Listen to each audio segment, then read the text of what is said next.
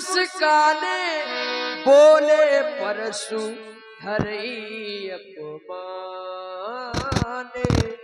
बोले परशु हरि अपमाने।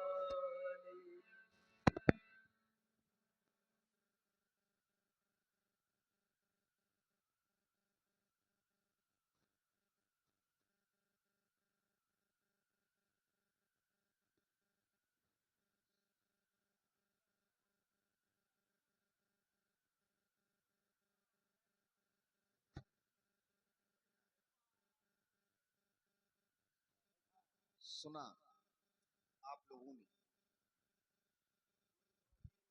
धनुष तोड़ने वाले के विरोध में महात्मा परशुराम जी की यह घोषणा हो गई, जय शिवधनु तोरा सहस बाहु समसो रिपु मोरा, सो पिलगाऊ बिहाई समाजा, नहीं नत मारे जी हैं सब राजा। धनुष तोड़ने वाला महात्मा परशुराम जी का शत्रु है और वहां सो बिलगाऊ समाज से अलग हो जाए। अगर धनुष तोड़ने वाले को समाज से अलग नहीं किया गया, उसका अलगाव नहीं हुआ, उसको समाज से पृथक नहीं किया गया, तो फिर पंडित जी की घोषणा है कि न तुम्हारे जी है सब सारे राजा मारे जाएंगे। बढ़िया अच्छा दंड विधान है। सो पिलगाऊ बिहाई समाजा, जो ही आपने यह घोषणा किया तो मेरा ध्यान इन राजाओं से हट करके सीधा आपकी ओर केंद्रित हो गया और मैं आपके शब्दों की एक मीमांसा करने लगा। तो मुझको एक समीचीन उत्तर मिला। मैं यह सोचने लगा कि आप कह रहे हो कि शो बिलगाव वहां धनुष तोड़ने वाला समाज से अलग हो जाए, और मैं विचार यह करने लगा कि अरे महाराज, इस संसार का कोई भी तत्व, प्रकृति का कोई भी तत्व एक जैसा नहीं है। इस संसार में आप जहां तक देखेंगे, जहां तक आपकी दृष्टि है, जहां तक आप देख सकते हैं, वहां तक का प्रत्येक तत्व भिन्न है।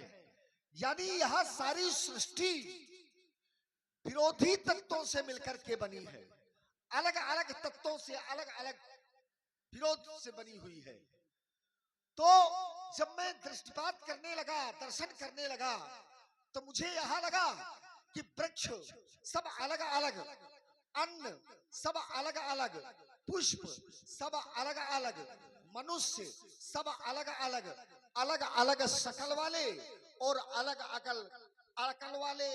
तो जब संसार का प्रत्येक तत्व सब कुछ अलग अलग है, और मनुष्यों ने निर्णय दिया कि सुख दुख, पाप पुण्य, दिन राति, साधु असाधु, सुजाति कुजाति, माया और ब्रह्म, जीव जगदीशा, लक्ष्य अलक्ष्य, रंक अवनीशा, ये संसार विषम यानी विरोधी तत्वों से मिलकर के बना है। तो फिर सो बिलगाऊ क्यों? क्योंकि जो अलग है ही, कुछ भी संसार में एक जैसा नहीं है, सब कुछ अलग अलग है, तो उसको अलग करने की क्या आवश्यकता है। और रिप मोरा और सहस्राव सम, सहस्त्राबाहु के समान उसको आप शत्रु बता रहे हैं।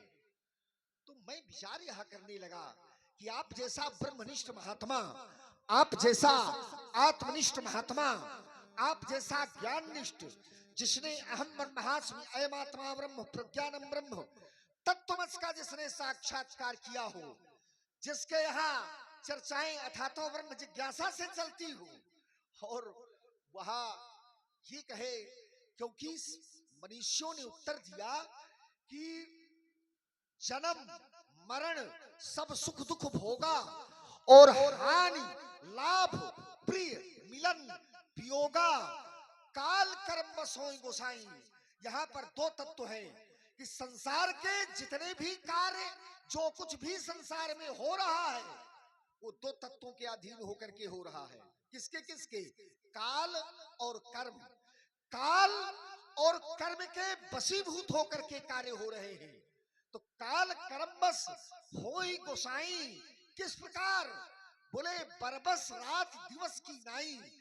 जिस प्रकार रात्रि और दिन एक प्राकृतिक नियमानुसार हो रहे हैं, उसी प्रकार संसार के सारे कार्य काल और कर्म के वशीभूत होकर के हो रहे हैं। तो आप जैसे धैर्य निष्ठ महात्मा सुख हर्षहि दुख जड़ बिल खाही, और सुख में हर्षित हो जाना, दुख में उद्विग्न हो जाना, दुखी हो जाना, ये आप जैसे धैर्यवान मनुष्यों का कार्य नहीं है। तो समधीर रहि मन माही, इसका उपसंहार कर दिया गया कि दो सम यानी दोनों में समान रहते हैं। सुख दुखे समय कृत्वा लाभा लाभो जया जयो। सुख में दुख में हानि में लाभ में दोनों में सम रहते हैं, विषम नहीं होते, विचलित नहीं होते हैं। और आप बड़ा क्रोध है, लेकिन क्रोध का कारण यदि महाराज धनुष का टूटना है तो हमने तो पंडित बहुत तोड़ डाले थे, और जब बहुत तोड़े थे बहु धनु ही तोड़ी लड़काई, और कबहु न असरिस कसरिश आ शरिस कबहु न कीन गोसाई। जब हमने बहुत तोड़ डाले थे तब आपके दर्शन नहीं हुए थे। यहाँ दर्शन तो दर्शन, ये बड़ा भीषण प्रदर्शन। ये प्रदर्शन बंद करो और प्रिय दर्शन करो। क्या यह धनु पर ममता, इसके प्रति आपका ममत्व है, लगाव है, उसका हेतु उसका कारण जानना चाहते हैं। कहें कहें इसके मूल में ममत्व का कारण क्या है? बोलिए। राजकुमार लक्ष्मण ने प्रतिबद्धता पूर्वक अपनी प्रस्तुति को रखा। लक्ष्मण कह रहा अच्छा, हमें विश्वास नहीं होता है कि वशिष्ठ की पाठशाला, ध्यान देना, हमें ये विश्वास नहीं होता है कि वशिष्ठ की पाठशाला का ये विद्यार्थी है। हमें ये विश्वास नहीं होता है कि राजा दशरथ का ये पुत्र है, क्योंकि कहता है हे पंडित, समझो, हाँ तुम शांत रहो, हम ही समझा लेंगे। पंडित, अच्छा पंडित जी नहीं, पंडित, ये शब्द देखो, ये शब्द कह रहा है कि वशिष्ठ की पाठशाला का नहीं है ये। अब लक्ष्मण ने कहा, बोले महाराज इस संसार में सब कुछ अलग अलग है, सब कुछ, पेड़ पौधे अलग अलग हैं, व्यक्ति अलग हैं, देव दानव सब अलग अलग, और जब सब अलग अलग हैं तो आखिरकार आपने समदर्शन में क्यों रखा है? सुनो राम जी शिवधम धूरा साहस बाहु शमशोरी मोरा। आपने शास्त्र बाहु अर्जुन को धनुष तोड़ने वाले के समान कैसे कह दिया? देखो सब अलग अलग हो सकते हैं, ये दर्शन हो सकता है, लेकिन एक एक है, एक तो समान है। और वो समान कौन है? हरि व्यापक सर्वत्र समाना, और प्रेम से प्रकट हो ही मैं जाना। तो हो सकता है जो हमारा दर्शन है वो किसी एक के लिए हो, क्योंकि हमने एक के लिए घोषणा की है। हमने कहा शो बिलगाओ, शो माने वह कौन धनुष तोड़ने वाला है? शो एक, बिलगाऊ बिलग हो जाए, कहां से? अगर समाज में बैठा है तो समाज से अलग हो जाए, और नहीं तो बिहाई समाजा। अगर वो समाज से अलग नहीं हो रहा तो समाज को चाहिए कि समाज उस अपराधी को छोड़कर अपने से अलग हो जाए, और अगर ऐसा न किया गया तब हमारी स्पष्टीकरण की घोषणा है, नहीं तो नत मारे जय हैं साहब राजा। अच्छा दो बातें, भागो या मरो। हमने तो भागने का रास्ता दिया, जो कोई भाग जाए वो भाग जाए। अच्छा कुछ लोग जबरदस्ती वाले होते, बोले महाराज हम नहीं भागेंगे। अच्छा तो फिर नहीं भागोगे तो फिर मरना पड़ेगा। भाई दो ही बातें हैं, भागो या मरो। हमने राजा जनक से कहा, उसका भी बचाव पक्ष है। परशुराम की मिथिला में जो भी घोषणाएं हुई हैं वो घोषणाएं सारगर्भित घोषणा है। हमने राजा जनक से कहा, बेग दिखाओ मूढ़नत आजू, आजू माने आज, शीघ्र हमें धनुष तोड़ने वाले को आज दिखाओ। ध्यान देना, शीघ्र हमें धनुष तोड़ने वाले को आज दिखाओ। यदि आज हमें धनुष तोड़ने वाले को न दिखाया गया तो जहां तक तुम्हारे राज्य की सीमांत पृथ्वी है उस पृथ्वी को हम उलट देंगे। और अगर मान लो राजा जनक के द्वारा अगर धनुष तोड़ने वाले को आज ही परशुराम के समीप प्रस्तुत कर दिया गया तो क्या तब भी हम पृथ्वी को उल्टेंगे? क्यों भाई, क्या हम तब भी पृथ्वी को उल्टेंगे? ना, ये तो सार गर्भित घोषणा है और आज का हमने समय दिया है और आज अभी पूरा हुआ नहीं है, इसलिए सार गर्भित घोषणा है। लक्ष्मण कह रहा है बहुत रही तोरी लड़काई कबहू ना श्रीस्कीन घुसाई। मैंने बचपन में बहुत सी धनिया तोड़ी लेकिन आपके द्वारा ऐसा क्रोध नहीं किया गया जैसा आज किया जा रहा है। लक्ष्मण, जैसा आज टूटा है इससे पहले कभी ऐसा टूटा नहीं था, इसलिए जैसा क्रोध और जैसा विरोध आज परशुराम के द्वारा किया जा रहा है इससे पहले ऐसा क्रोध और विरोध कभी नहीं किया गया। तुमने कहा कि ममता है, कोई ममता नहीं। ममता के दो प्रकार हैं, एक सांसारिक ममता, एक पारमार्थिक ममता। संसार में प्रयोग होने वाली ममता विकार युक्त है, संसार में प्रयोग होने वाली ममता वासना युक्त है और वही ममता एक भक्त अपने परमात्मा से करता है तो वासना समाप्त होकर के वह ममता उपासना में परिवर्तित हो जाती है। जरा विचार करो, भगवान शंकर का धनुष टूटा है, भगवान शंकर और मैया पार्वती श्रद्धा और विश्वास का रूप है। भवानी शंकरो वंदे श्रद्धा विश्वास रूपणो। तो जब भगवान शंकर और मैया पार्वती के प्रति परशुराम को श्रद्धा और विश्वास है तो फिर धनुष से ममता होने वाली नहीं है। बेटा, हमें तो आस्था है, हमें विश्वास है, हमें प्रेम है, हमें नैतिकता है, हमें लगन है, हमें अनुराग है, हमें समर्पण की भावना है, लेकिन ममता जैसा कोई शब्द हमारे शब्दकोश में नहीं है। इसलिए रे न बालक कालवास बोलत तो है न समार धनु ही सम त्रिपुरार धनु विधि सकल। जरा आप कह रहे हो कि राजकुमार हमको धनुष के प्रति श्रद्धा है, समर्पण है, प्रेम है, भक्ति है और हमारी सांसारिक ममता नहीं है। हमारी कहाँ की ममता है? बोले हमारी परमार्थिक ममता है। अच्छा, परमार्थिक ममता क्या है? आप कहाँ पर कर रहे हैं? आपका जो सारा क्रोध है, आप जो अन्वेषण कर रहे हैं, तो आपका अन्वेषण, आपका क्रोध कहाँ है? संसार में है, धनुष में है कि भगवान में है? कहाँ है?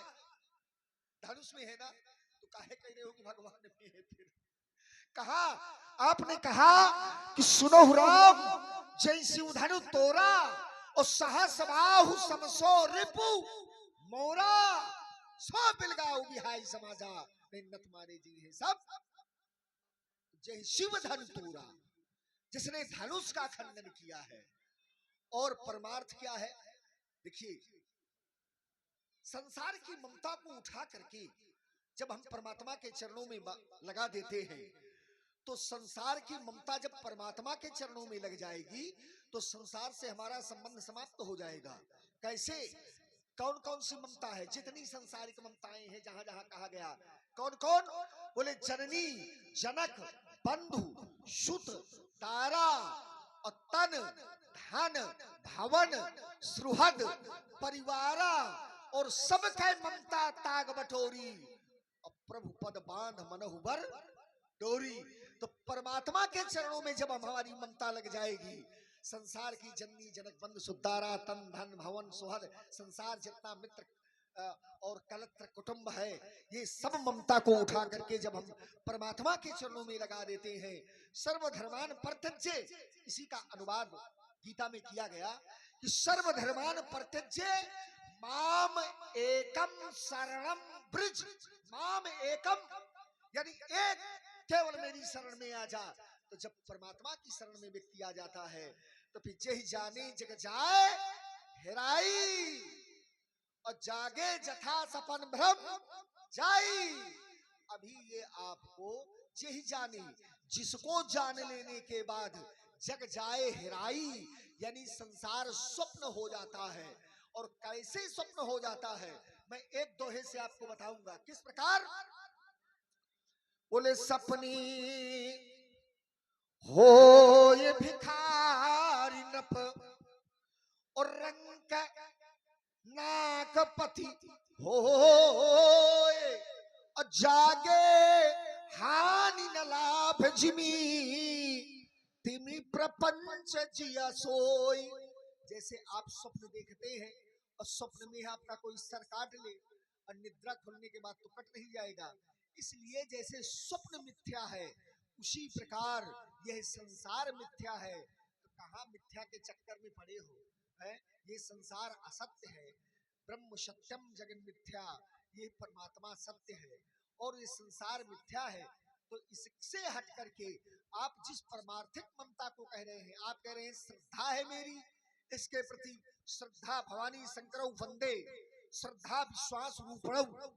तो श्रद्धा और विश्वास यहाँ दो शब्द आए हैं। तो जिस समय व्यक्ति को श्रद्धा हो जाती है, श्रद्धा हो जाएगा, हो जाएगी, तो श्रद्धा शब्द का अर्थ ही है गुरु वेदांत वाक्येषु दृढ़ो विश्वास श्रद्धा। गुरु वेदांत और शास्त्र के आदेशों का पालन करना ही श्रद्धा है। और शास्त्र आदेशित करते हैं कि संसार की व्यर्थता का जितना बोध व्यक्ति को होता चला जाएगा उतना ही परमात्मा में उसका अनुराग बढ़ता चला जाएगा। और जिस दिन संसार की व्यर्थता का 100% बोध हो जाएगा उस दिन वो पूर्ण परमात्मा में समर्पित हो जाएगा। आप कह रहे हैं समर्पण है मेरा, समर्पण में अनन्यता होती है और अनन्यता में अन्य नहीं होता। अन्य माने संसार का कोई दूसरा नहीं होगा। अनन्यता होती है 4 जगह, कहाँ कहाँ? भगवान के नाम, रूप, लीला, गुण और धाम, इन 4 जगह अनन्यता होती है। इसके अलावा कहीं नहीं होती। तो धनुष के चक्कर में महाराज काहे पड़े हो? और हमने कहा था कि दिलगांव बिहाई समाजा वो तो अलग है ही, उसको क्या अलग करना है? सब संसार में अलग अलग है, प्रत्येक तत्व संसार का भिन्न है, विरोधी तत्वों से सृष्टि बनी हुई है। सुख दुख पाप पुण्य दिन राति, साधु असाधु सुजाति कुजाति, विरोधी तत्वों से जब सृष्टि का निर्माण है तो उसको अलग आप कहां से कर रहे हैं? किस तत्व से अलग कर रहे हैं? तो आपने कहा मैं समाज से अलग करना चाहता हूं। अरे समाज में रहकर भी वो समाज से अलग है ही। जिस प्रकार आकाश में बहुत सारे तारे होते हैं, बहुत सारे तारे हो, लेकिन चंद्रमा आपको अलग दिखाई देगा। क्यों भाई? बहुत सारे तारों के बीच में चंद्रमा अलग दिखाई देता है। तो ये पूछोगेगा कि भैया चंद्रमा कौन सा है, चंद्रमा कहाँ है? आप ही से लोग ये अब देखिए जरा विचार करो, बहुत सारे बगुले हैं और बगुले बहुत सारे होते हैं, लेकिन बगुला समाज बगुलों के बीच में जो हंस है, तो क्या आप हंस को बगुलों के बीच में नहीं पहचान पाएंगे? हंस हंस होता है और बगुले बगुले होते हैं।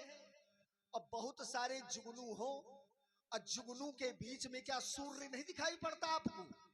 ठीक इसी प्रकार वो कह रहा है एक, और आपने इस बात की परपुष्टि किया। आपने कहा कि एक है और एक हमेशा विशेष होता है, एक हमेशा अलग होता है।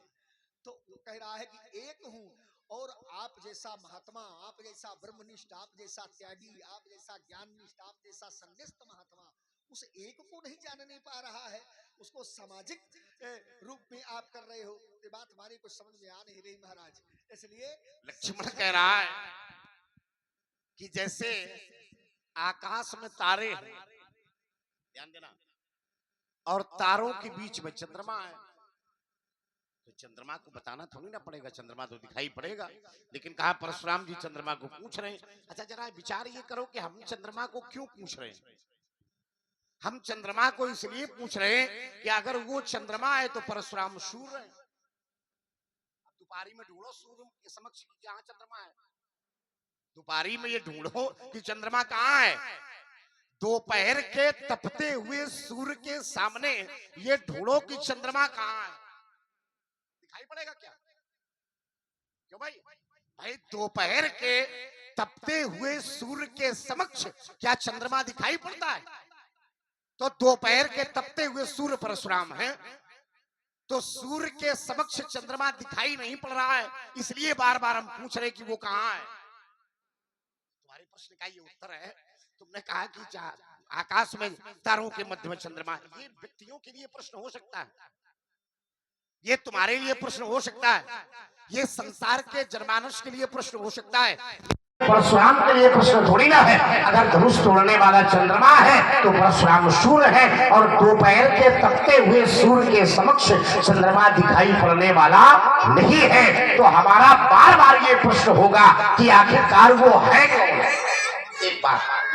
दूसरी बात, लक्ष्मण कह रहा है, बोले महाराज ममता से है आपको, क्योंकि देखो संसार मिथ्या है, ये तो सही है, संसार मिथ्या है, क्योंकि भगवान शंकर मैया उमा से कहते हैं, उमा कहूं मैं अनुभव अपना, और सत हरि भजन जगत सब सपना। सब जगत जो भी है वो मिथ्या भाषित है, और जगत में जो भी